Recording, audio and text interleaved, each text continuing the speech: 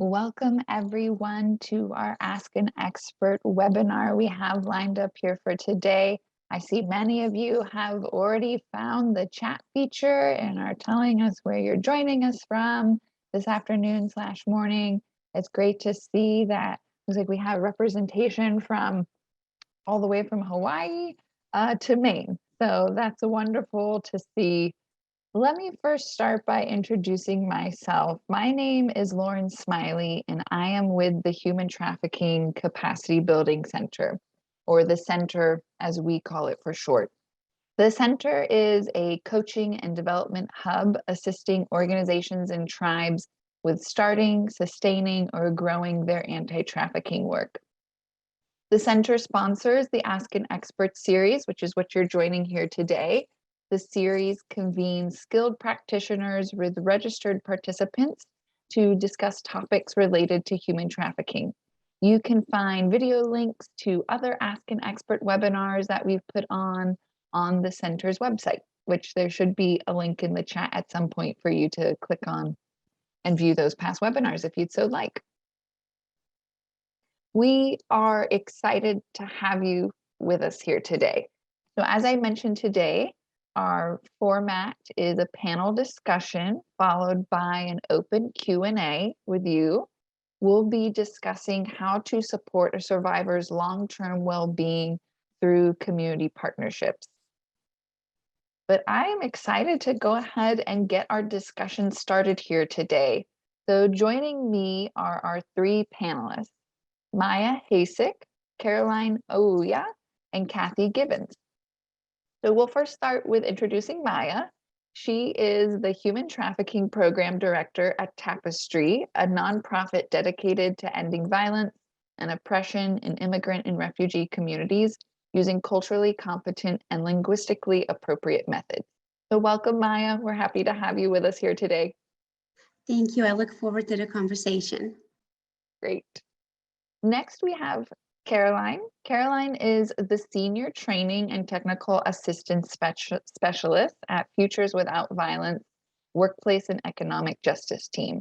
Caroline and her team work on improving access to quality education and employment opportunities for survivors of trafficking and gender-based violence. Caroline, we're so happy to have you with us here today. Welcome. Thank you. Excited to be here. Excellent. And then we also have Kathy. Kathy is the co-founder and CEO of 1211 Partners, a survivor-led nonprofit organization focused on supporting those who are overcoming sex trafficking and sexual exploitation. She is an inspirational speaker whose hope is to use her survivor experience and story to encourage others to join the fight in a way that does not re-victimize or re-traumatize survivors. So Kathy, welcome. Thank you so much, Lauren. I'm excited to be here. Excellent. We're happy to have all three of you here today, and we really appreciate your time and willingness to share your expertise with us. I'm really looking forward to our discussion, and I know that our audience is too. So as a reminder to our audience, please use that Q&A feature at the bottom of your screen to submit your questions. You're going to hear me say that a few times throughout our time here together today. As you all are working on getting your questions submitted through the Q&A, I have a few questions of my own to get the discussion started here. So Maya, let's start off first with you for this first question that I have. So would you please explain how partnerships can help in identifying potential victims of human trafficking, including among underserved communities? Sure. So many social service agencies actually already serve victims of human trafficking without potentially not initially identifying them as such, but rather than survivors of domestic violence, sexual assault, child abuse, or labor exploitation. And this is why training is critical, within this field, so that potential victims of human trafficking could be identified early on and their vulnerabilities can be reduced. When we're talking about an underserved population, many individuals may choose to initially go to the consulate or community-based organizations and seek services that way. So it's really important to partner with those organizations and provide training, and network with them so that you can build a partnership and identify those individuals early on. So training is really critical. Networking and ongoing participation in meetings and exchange of information is really important. And partnerships are just important in all aspects of our work. Thanks, Maya. Appreciate some of those guidance that you provided there. I'm going to move on to the next question I have. And Kathy, this is going to go out to you. So Maya talked about the importance of partnerships in victim identification. And we know that partnerships are also critical in supporting a survivor in their healing journey. So my question for you is, what are 3 concrete steps an organization can take to build a community of partner organizations who can offer those victim-centered services? Thanks, Lauren. Great question. Partnership is key. One of the practical things that an organization can start with is assessing your community. Review your landscape and see who's around you. What agencies and organizations are already in your community? We would be so surprised to find so many organizations that complement one another. So an agency may be doing something or may have a weakness in something that another agency down the street is great at. So that's one of the things. Partnership. Who is in your community that can help your organization? The second thing is to host an event, something very, very simple, a lunch and learn, a meet and greet, just to see who is in your community that's doing what. And not necessarily all in the anti-trafficking field, because we know that this is such a complex issue that we need partnerships across the aisles, right? The third thing, which I consider very important, is to partner with survivors and overcomers of trafficking. Go to the source. We have amazing survivor leaders across the nation. A lot of us have engaged with organizations, have worked with agencies, consult with agencies. So reach out to survivor leaders and say, hey, what partnership do you recommend that would be really great for my organization or my agency? I guarantee you that we would be happy to help. Thank you, Kathy. I appreciate those 3 steps that you listed there, and including the voice of the survivor leaders in your community as well is very important. So Caroline, my next question is for you. Employment is critical for survivors as they transition out of crisis and work towards long-term well-being.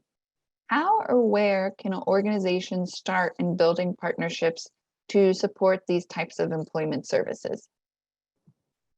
Thank you, Lauren, for that question. I first want to acknowledge that it is very overwhelming to try to find the best education or employment partners in our community.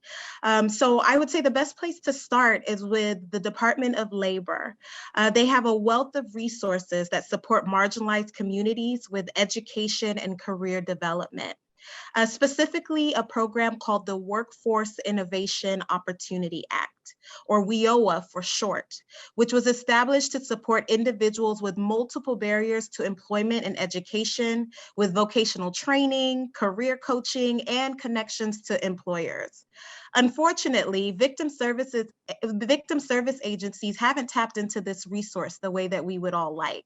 And when they have, they've seen gaps in the system that are difficult for survivors of human trafficking to navigate.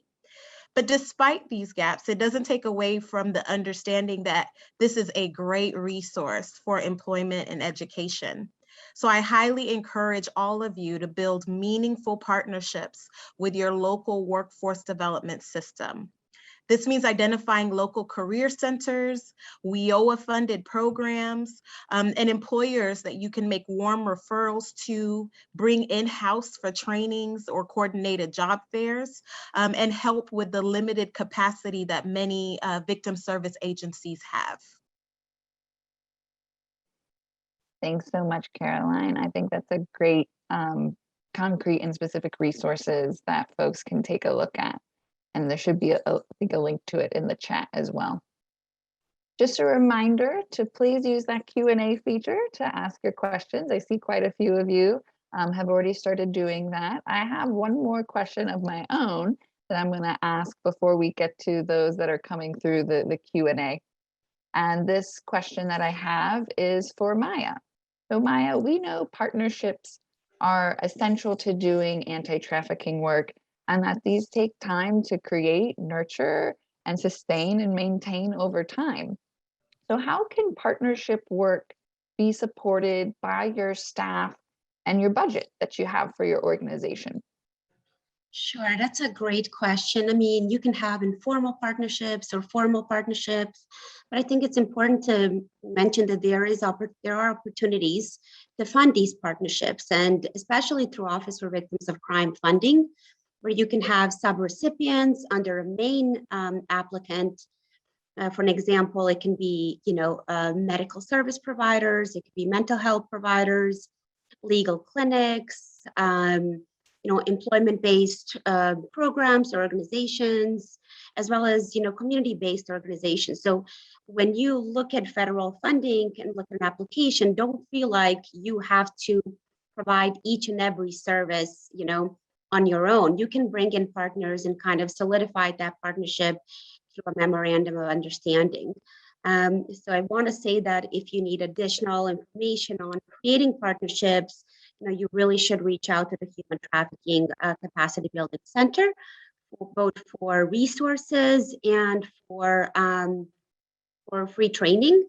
If you're interested in finding out about who is doing anti-human trafficking work in your state, in your community, you can visit the OVC website to see who the latest recipients are.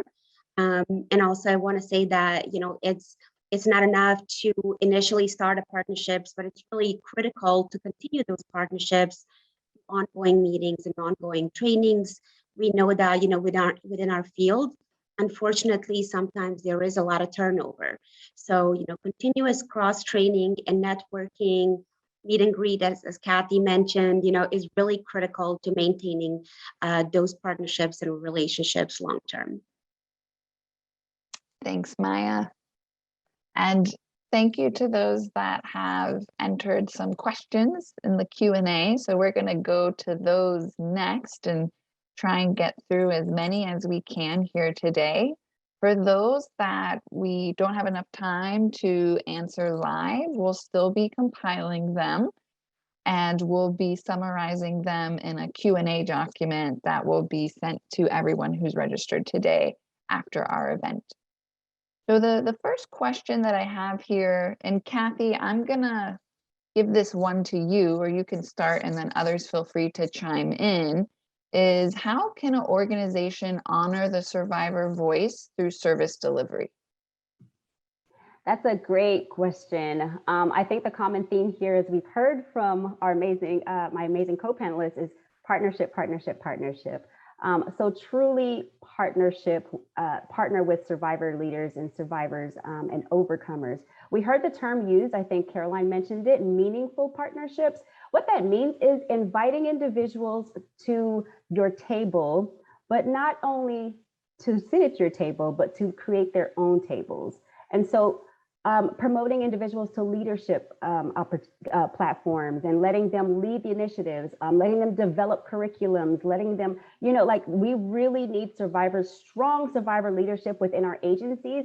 And that's how you create those partnerships. And then that's how we're able to do the work more successfully. So definitely my thing is partnering with survivors and overcomers of trafficking in a meaningful way and truly having them lead these agencies. Thanks, Kathy. Okay, we have some other ones coming through. So Maya, we'll start again with you for this next one, and again, others feel free to chime in. The question is, what are some tips for managing and maintaining partnerships over time? Sure. I think I mentioned, continuous training on the topic of human trafficking, especially if you're partnering with somebody, who has historically worked with, let's say, survivors of domestic violence or sexual assault. So maybe even having, quarterly trainings available to their staff. Like within our community, we do quarterly training not only for staff of a domestic violence shelter, but also for their volunteers. And I think another way to maintain partnerships is just being honest and having conversations. Sometimes priorities may change. And I'll be really quick in an example. We also work with resettlement organizations with accessing matching grant program, which is employment-based program, which foreign national victims are also eligible for. But right now, they are expecting a large number of Afghanis to be coming into the country. Therefore, their capacity might be tasked with that priority. So really having honest conversations and saying, next 3 months, we're not going to be able to take a referral. We just want you to understand where we are standing, but doesn't mean that this partnership is over. We can have another conversation 3 months down the line, and us really understanding that, okay, they have their capacity issues, we have our capacity issues, and that's really critical in our work. I'd like to add to what Maya is saying about ongoing partnerships. I think there's such power in a memorandum of understanding, or an MOU. And if you're sitting with a partner organization and really talking through what is my clear responsibility and my agency's clear responsibility, and what's the responsibility of the partner organization, and documenting that so that that document lives through transition, because as Kathy mentioned, there's high turnover, then that can be very helpful so that the meaningful partnership you've started doesn't end when that key player is no longer a part of your agency.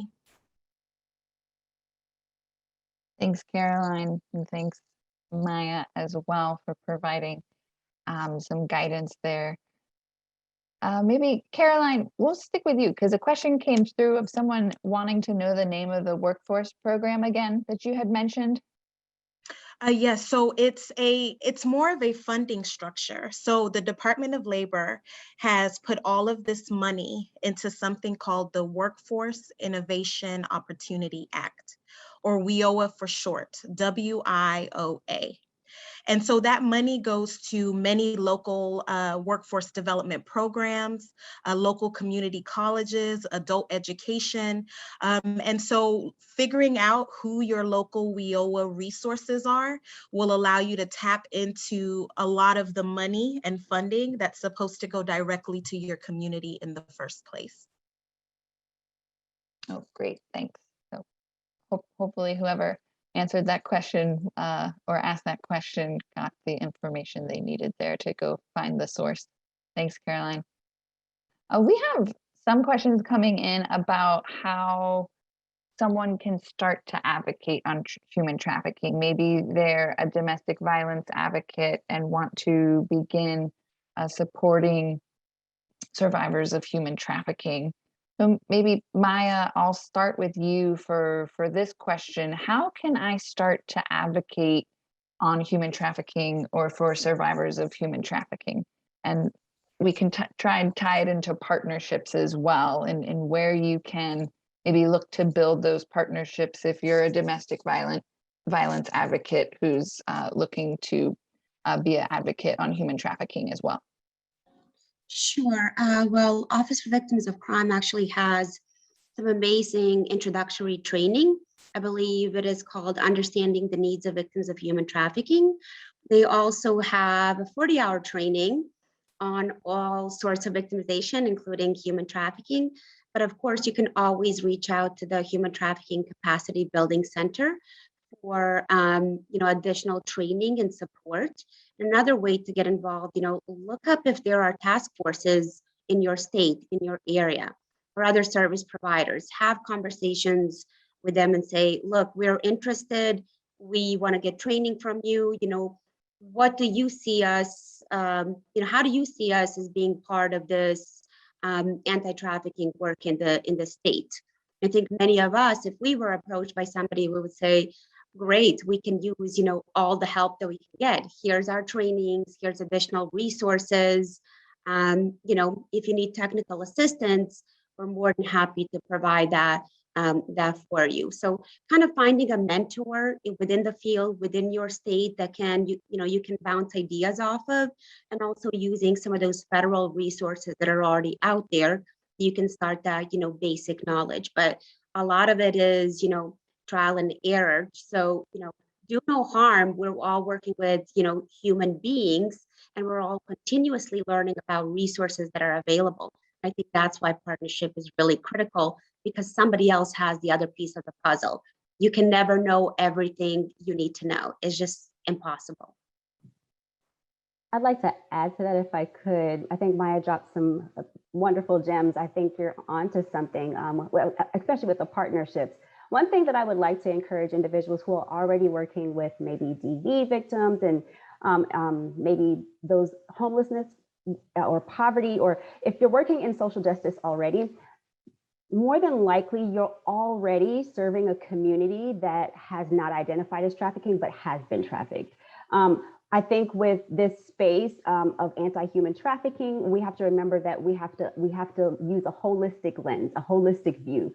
So though we may be focused in the anti-trafficking field, though we may be focused on the trafficking experience, we have to remember that the root causes that led to those experiences, and even after those experiences that individuals have to face, are all important to combating human trafficking. So if you're already working in social justice, or if you're already working in DV, and like I mentioned, those other populations, vulnerable populations before, you're probably already an advocate for human trafficking survivors and victims. So yeah, just like Maya suggested, link up, do a survey of your community, and figure out who's doing what. And I guarantee you'll be surprised on who you're serving already.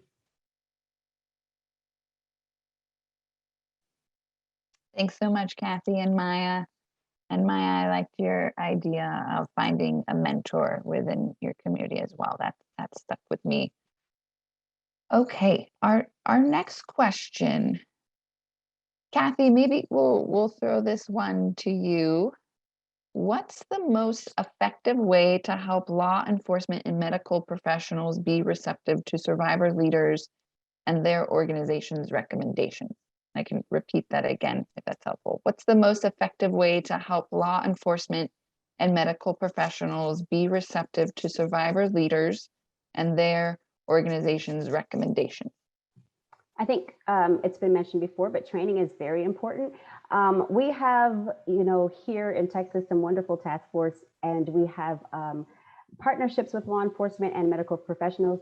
Coalitions are very helpful as well. So joining coalitions and introducing survivor leaders, having them speak at these coalitions, and survivor developed training. So if you already have partnerships with medical professionals or law enforcement, I would encourage you to reevaluate the curriculum that you're training, reevaluate your training that you're introducing to these agencies.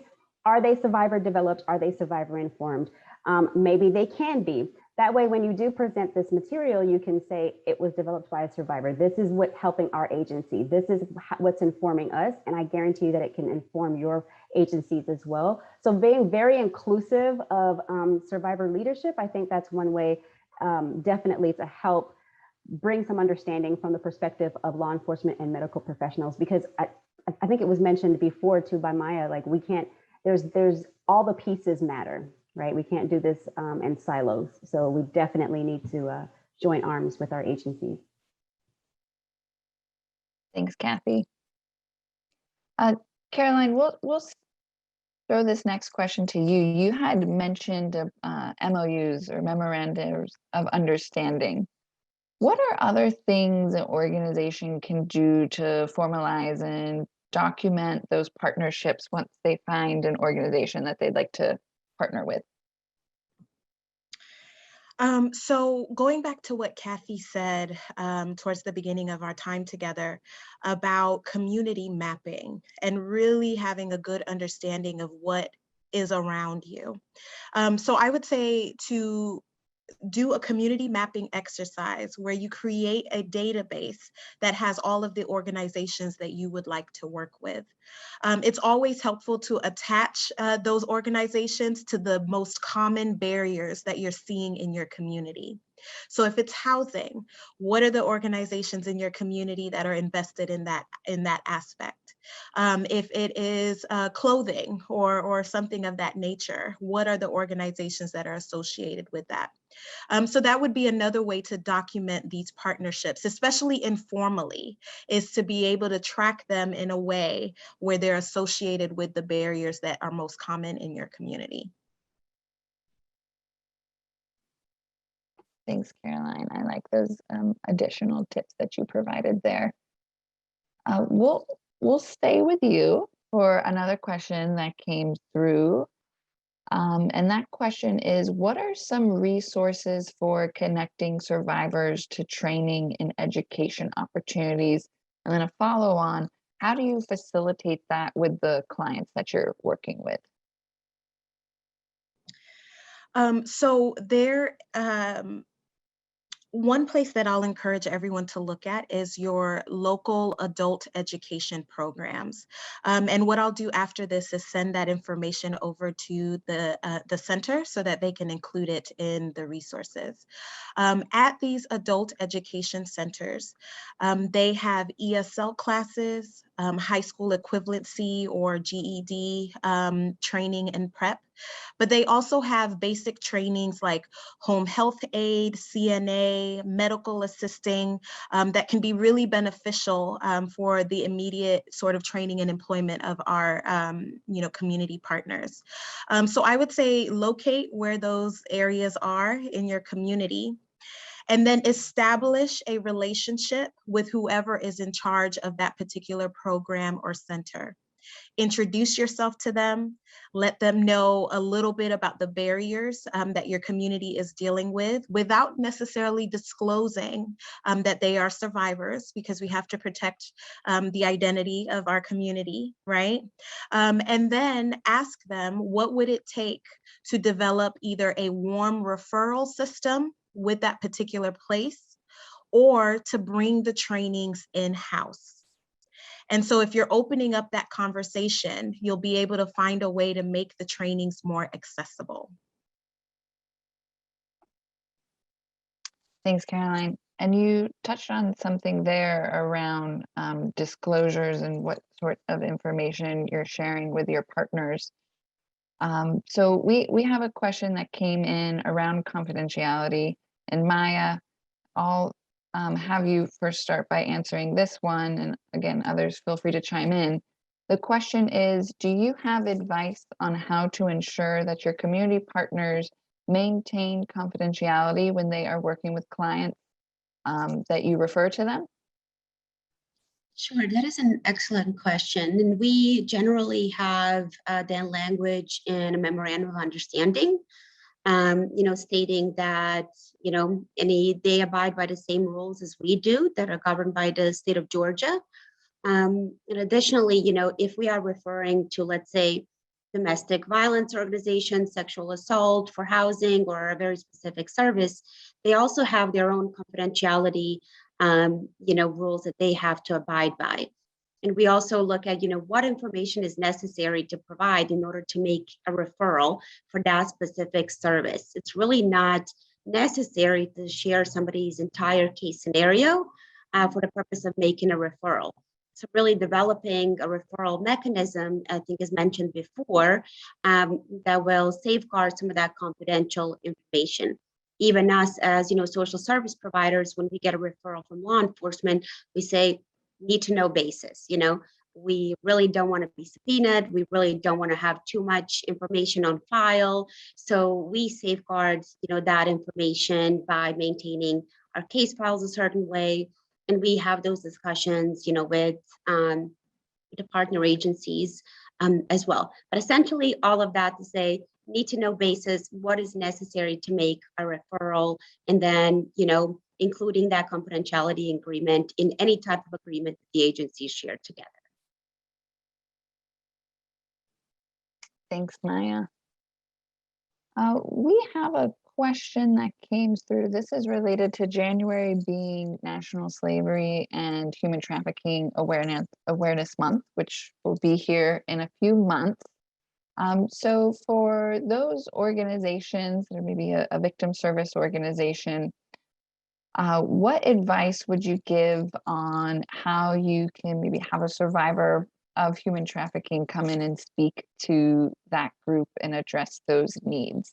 So maybe Kathy, we'll have you start. Again, others feel free to chime in. So just as folks are looking to January and different marketing or outreach activities going on, what are some ways that their organizations can bring in that survivor voice and share that more broadly?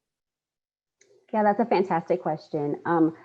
To engage survivor leaders, the first thing that we need to acknowledge is that they're experts and consultants. So if you are seeking a speaker or someone to highlight your agency or provide education for your agency in the month of January specifically, I can tell you that's a busy month for all of us for sure, but maybe post that you're hiring for or seeking a consultant.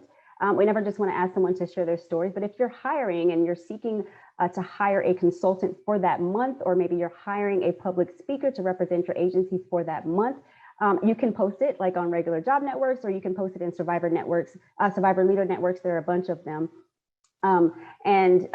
Just put it out there that you're hiring and for consultants. That's the number one thing that I would like to just clarify, that you're hiring an expert. But many individuals, many survivor leaders are very passionate, especially not just about that month, but about education and awareness, and about sharing their experiences. Some of us who have lived experiences that are using it to educate the community and bring awareness. So it won't be hard if you just reach out in your community, see who the survivor leaders are in your community, and hire them and bring them on to represent your agency for that month. Can I add something? I agree with everything that Kathy said. It was amazing. Pay, the survivor consultants, but plan B, if you cannot find a survivor to speak at your forum or your training, you can always utilize the clips, which can be found on YouTube, or the OVC TTAC website, Faces of Human Trafficking. They go into sex trafficking, labor trafficking, introduction, and that was very nicely put together by OVC with, short scenarios of survivor experts, stating what their opinions are as far as, the field and the services that they feel would be, useful when trying to do outreach or work within those communities. Thanks, Maya, and thanks, Kathy, for starting us off there. My next question, maybe Maya, we'll have you start off on this one first. It's important to protect our Native American people from human trafficking. What tips may you have for educating tribal members or tribal communities on how best to protect Native people, and also tying that into partnerships as well? Maybe if there's non-Native organizations who want to build partnerships with tribal communities, if you have any recommendations there. I can give a general answer. We don't have too many Native communities in the state of Georgia, but I will say if you are interested in going that route, of course, seek out individuals that come from those communities and, really speak to them, ask them what would work within their specific communities. Even within the immigrant communities, you can have individuals coming from one country, but different parts of the country, having different opinions of how outreach should be done, what language should be used. So all of that to say is that, if you're not an expert in that, as I am not, and I'm not an expert in every single culture, I would seek out individuals that are experts, a few individuals. You can start a focus group. You can build that into the funding, request funding for that. You can request training experts from, OVC, training and technical assistance team. So there are experts out there that you can request, and there are funds out there that will, cover that. So I know that's very general, but, that's one way to go about that. Thanks, Maya. Yeah, you mentioned OVC has some resources in training and technical assistance. The Human Trafficking Capacity Building Center could certainly help an organization or a tribal community with awareness building on human trafficking as well, just as another resource there. Okay, my next question, maybe I'll have all three of you answer this. It's a bit more general, more broad, and thinking outside of just our professional lives, what are ways to continue advocacy year round?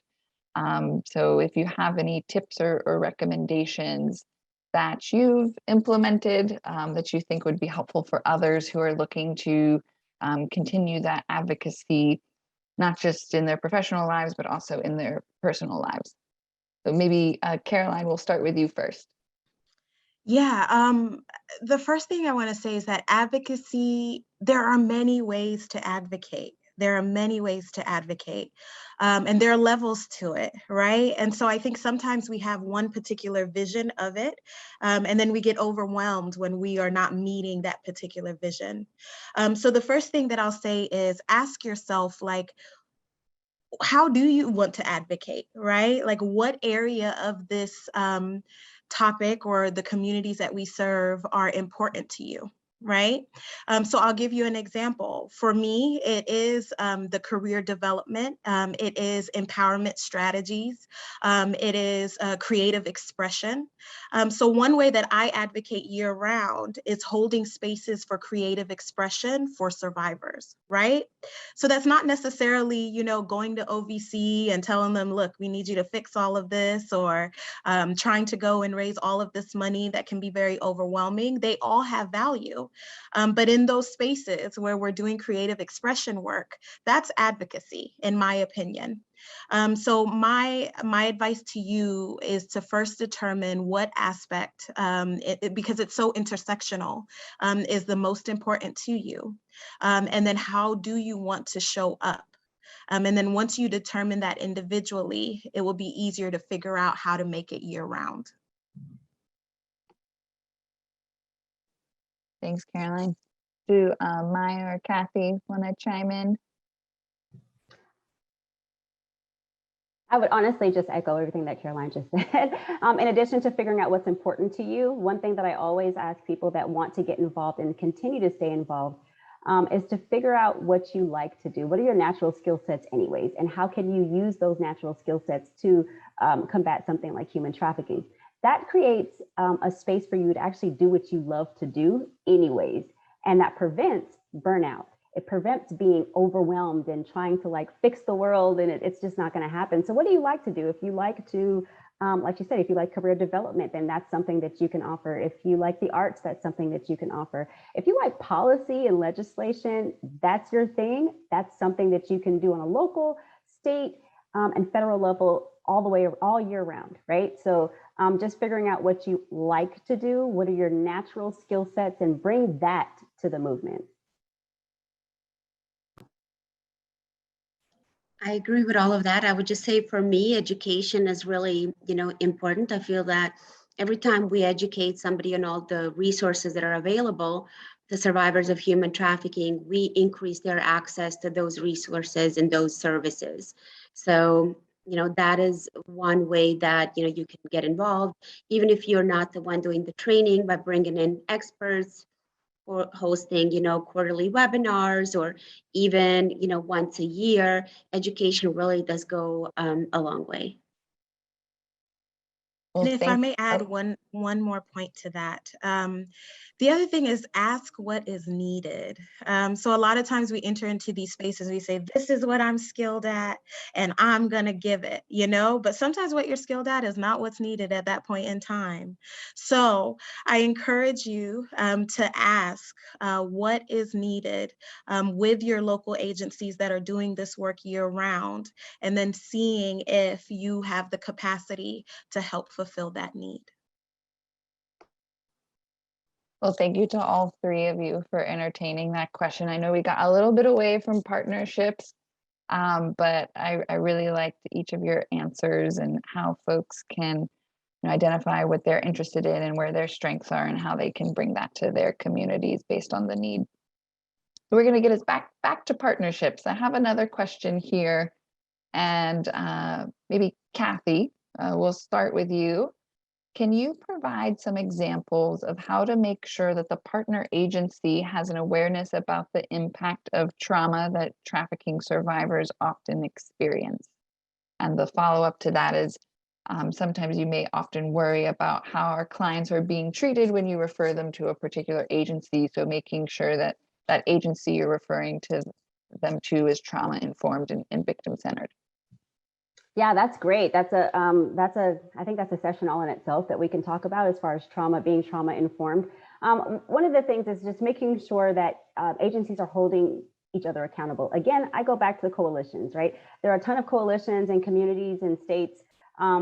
If you guys get together and making sure that there's a standard for your community, standard for your state, standard for your city that you are living by, breathing by, that all agencies kind of have to go by. And of course, every agency is going to be a little bit different, but that standard needs to be reviewed and continued and assessed and reevaluated so that it can be, all the agencies involved can be held accountable.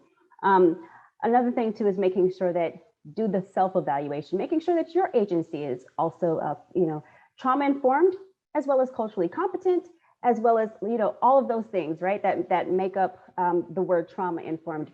One of the things that I have been speaking on lately is that we are so trauma informed because that word is just so, in the last few years, it's become like I hate to say it, but like a buzzword, right?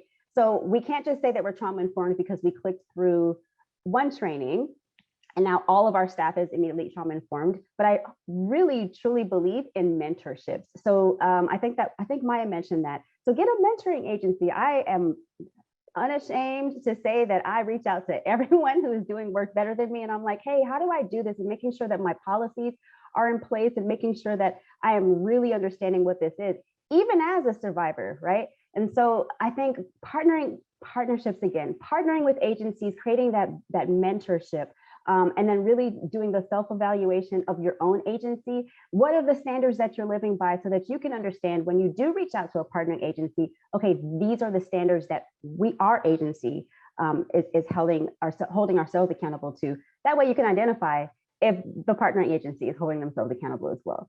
So like I said, this can go on forever, but I'll stop there. Kathy, you make a good point, and I want to flag a resource, two resources that could be helpful.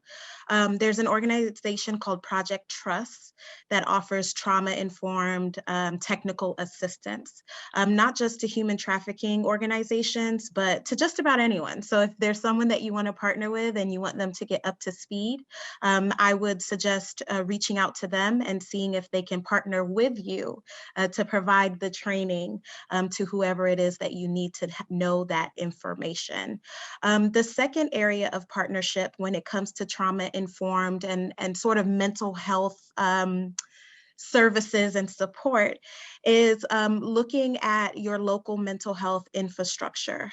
So I have partnered with our local NAMI, National Alliance for Mental Illness, Mental Health America, our local chapter when I was in San Diego, and worked with them, partnered with them to provide some critical trainings like mental health first aid or QPR suicide intervention, things like that are tangible, right? That help create a more robust trauma-informed policy and structure. So those are areas that you can connect with. Thanks. More great resources you're sharing, Caroline. Thanks so much. This next question, Maya, we'll start with you. The question is, what's the solution to emergency housing for exiting survivors?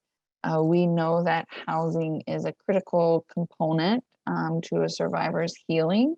And how can we form partnerships in this area that don't involve hotel vouchers?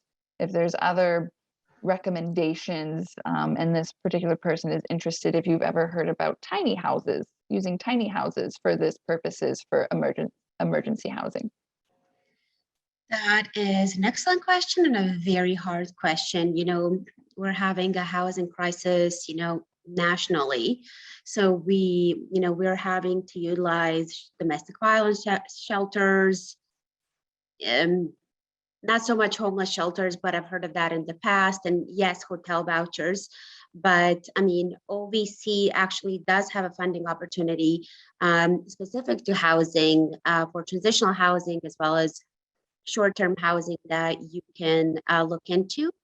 It has passed for this year, but next year, I believe maybe, and I'm going to just predict, anywhere between March and June, the opportunity is going to be out there. So that's something you should apply for. Additionally, you can partner with your local continuum of care organizations that deal with homelessness and housing. And I believe that I heard that HUD recently stated that they will be providing vouchers for housing moving forward.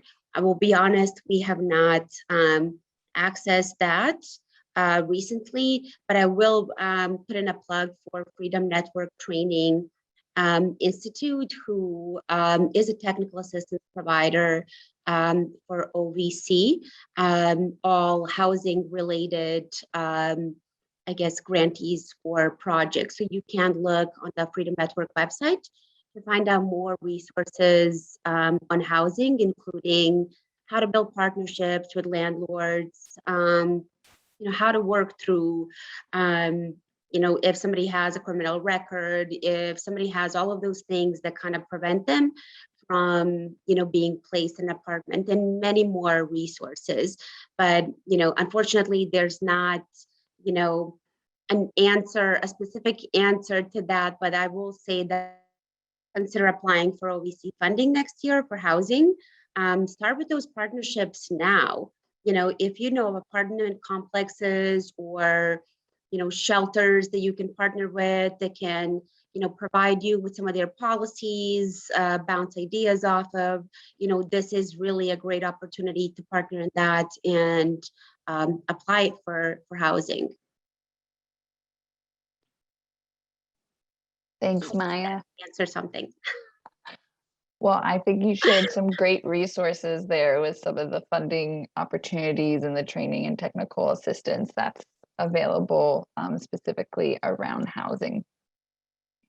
Okay, we may have time for one or two more questions here. So audience, if you have more questions, keep them coming in that Q&A feature, because if we don't get to them live, we'll still answer them after today's webinar and send a summary of the Q&A out to everyone who's registered.